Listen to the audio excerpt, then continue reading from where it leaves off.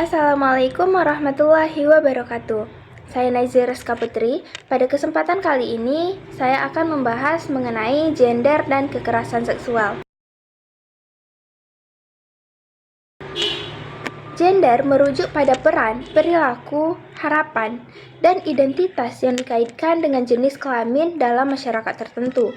Gender lebih dari sekedar perbedaan biologis antara laki-laki dan perempuan, tetapi juga melibatkan peran sosial dan budaya yang diharapkan dari individu berdasarkan jenis kelaminnya. Nah, gender mencakup berbagai spektrum, termasuk peran tradisional dan konstruksi sosial yang seringkali mengatur siapa yang diharapkan melakukan apa dan bagaimana mereka berperilaku atau apa yang mereka rasakan. Kekerasan seksual adalah tindakan yang dilakukan untuk memperoleh kepuasan seksual dengan cara yang memaksa, tidak sah, atau tanpa persetujuan dari orang yang menjadi korban. Kekerasan seksual bisa berupa pemerkosaan, pelecehan seksual, atau tindakan-tindakan lain yang merendahkan dan melanggar hak tubuh dan integritas seseorang. Kekerasan seksual seringkali melibatkan penyalahgunaan kekuasaan, di mana pelaku menggunakan posisinya untuk mengendalikan atau menindas korban. Ini bisa terjadi di berbagai konteks, baik di ruang publik maupun pribadi. Nah, dan seringkali berdampak panjang pada korban dalam bentuk trauma fisik, psikologis, dan sosial.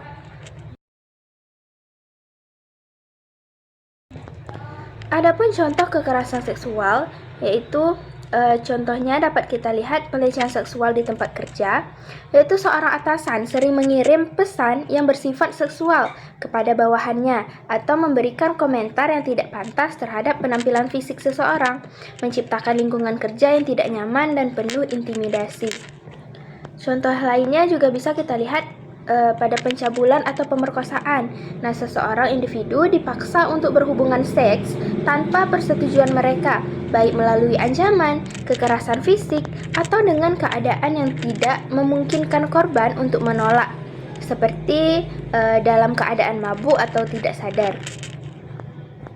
Kekerasan seksual bukan hanya melibatkan kekerasan fisik yang nyata, tetapi juga mencakup perbuatan yang merendahkan martabat atau mengontrol orang lain dengan cara yang berhubungan dengan seksualitas.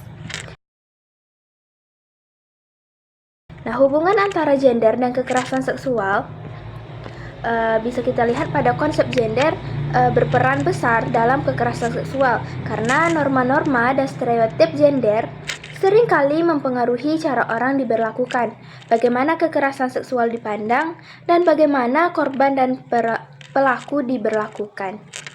Misalnya, dalam banyak budaya, perempuan seringkali dianggap sebagai objek seksual, yang membuat mereka lebih rentan terhadap kekerasan seksual.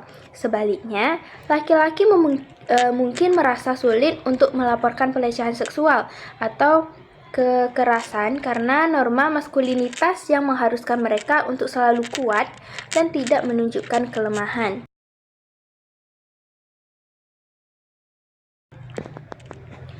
Contoh hubungan gender dan kekerasan seksual yaitu yang pertama penyalahgunaan kekuasaan berdasarkan gender.